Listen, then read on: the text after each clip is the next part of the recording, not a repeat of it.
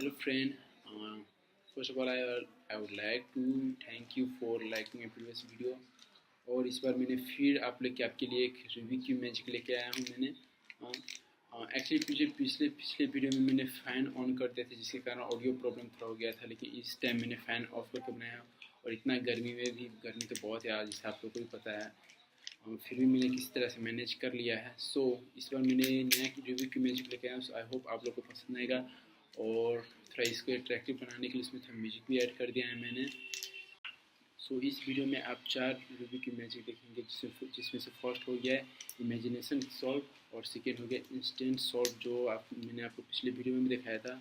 और थर्ड है आपका बैग सॉल्व, जिसे मैं बैग में रख के रूबिक क्यूब को सॉल्व करूँगा।